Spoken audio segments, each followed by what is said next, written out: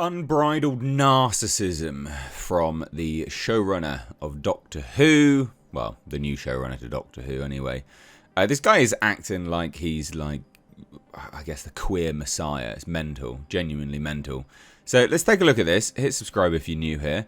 Doctor Who showrunner Russell T Davies, unfazed by criticism of his latest law changes. Sorry, if things are polarising, I think we're in a healthy position. Bold. Yeah, complete nonsense. And I like this guy is a raging narcissist, and you'll see it. Like literally, the first thing he says, absolutely unbelievable. So, in an interview with The Verge, and he's asked, "What about stepping into this new era of Doctor Who and taking really big swings felt risky to you?"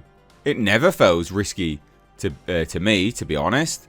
Why, ladies and gents? Why? Well, check this out. The queer messiah is spoken. I'm the man who created Queer as Folk in 1999. I live off risk. I hate you so much. You're such a loser.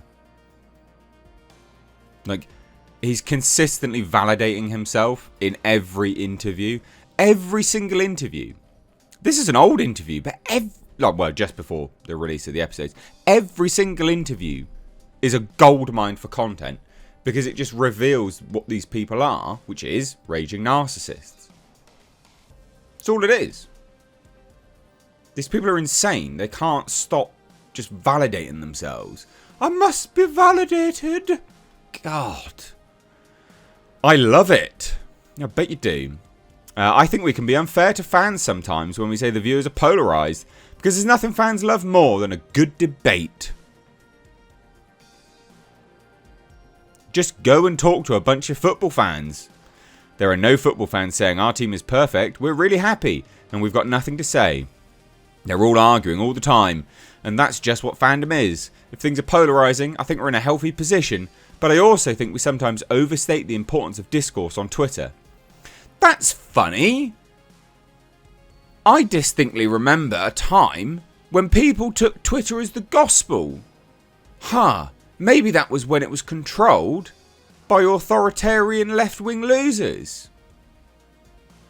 That's interesting, isn't it? Do you remember that? I remember that.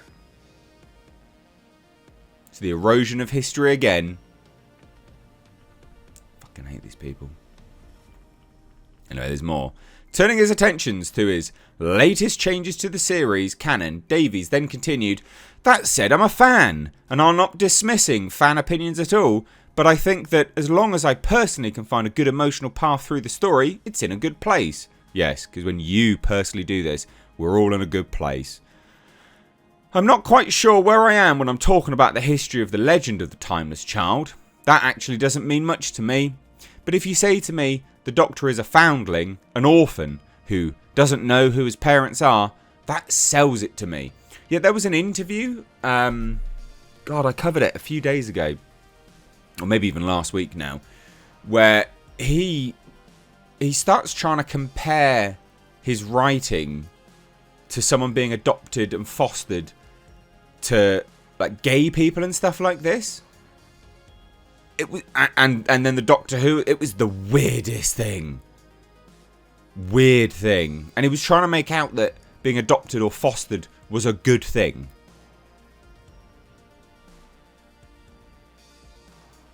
Pretty sure the people in that position would not agree with you, sir.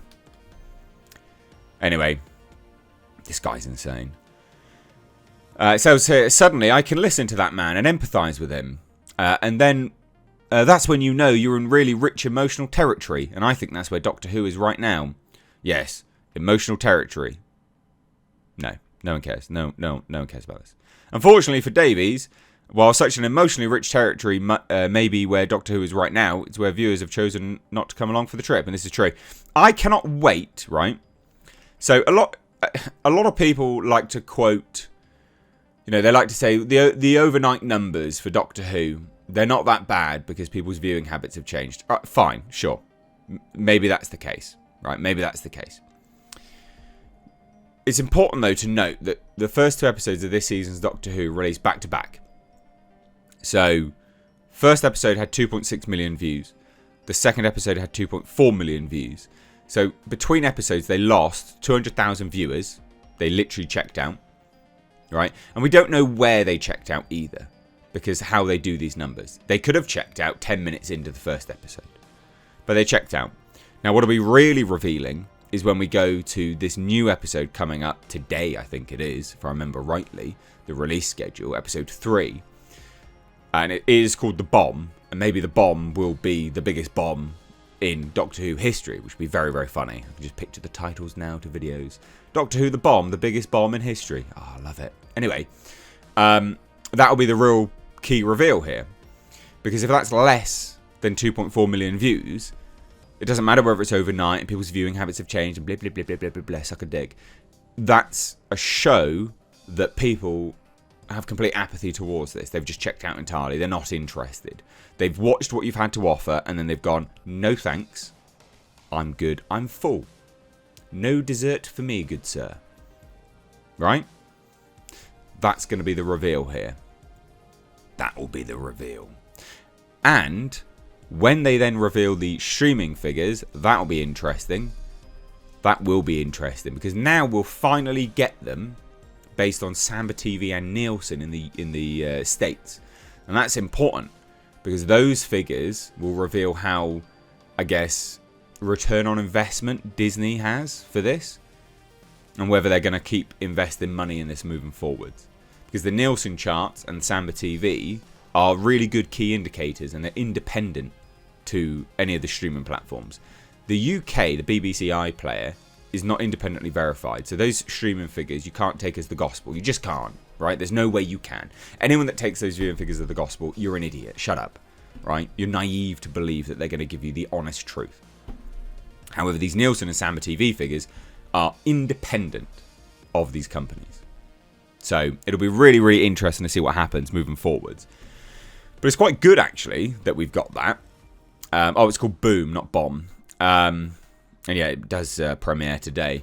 But like I said, it's actually quite good that Disney has invested money in it because we can genuinely see once and for all just how far Doctor Who has fallen. And remember as well, back in the day when this was released, it got more viewing figures than it does now. And the population in the UK was much, much smaller and not everyone had a TV. TVs back in the 60s were rare. Wasn't exactly a household item that everyone had. And population was much, much smaller by the tens of millions. So if we're getting less viewing figures now than we did back then, clearly that's a problem. But no, the Doctor Who fans, just jerking your Jimmy to Fruity Gatwa. Ugh.